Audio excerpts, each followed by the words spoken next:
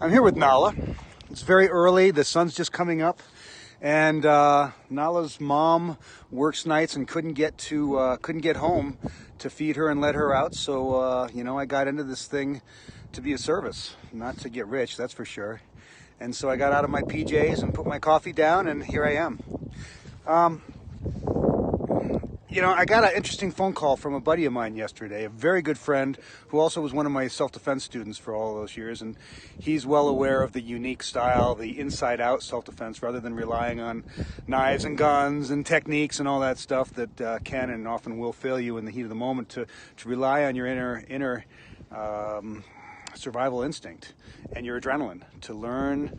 When people learn that they can activate their adrenaline and use it as their jet fuel to fight, there's a fundamental shift that happens in their psyche, and suddenly they don't have to protect their heart and close up, but they can live more openly, knowing that spontaneously, if they need to, they'll take care of business.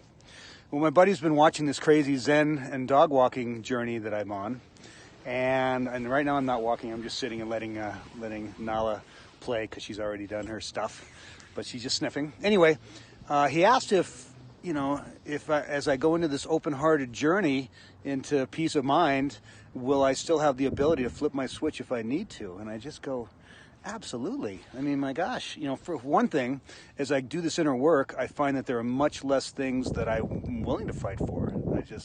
Fighting isn't the answer for most things. But what I find is that the things that are worth fighting for are much more precious to me.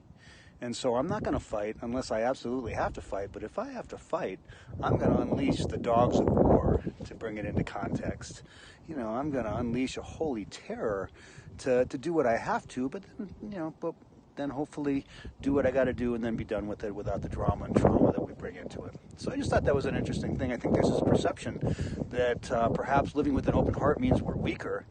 And look at Hollywood, old Mel Gibson, in Braveheart. But it's, when you fight with an open heart, you fight incredibly hard. Look at the countries who have fought to protect themselves versus to try to conquer someone, and it's an incredible source of power.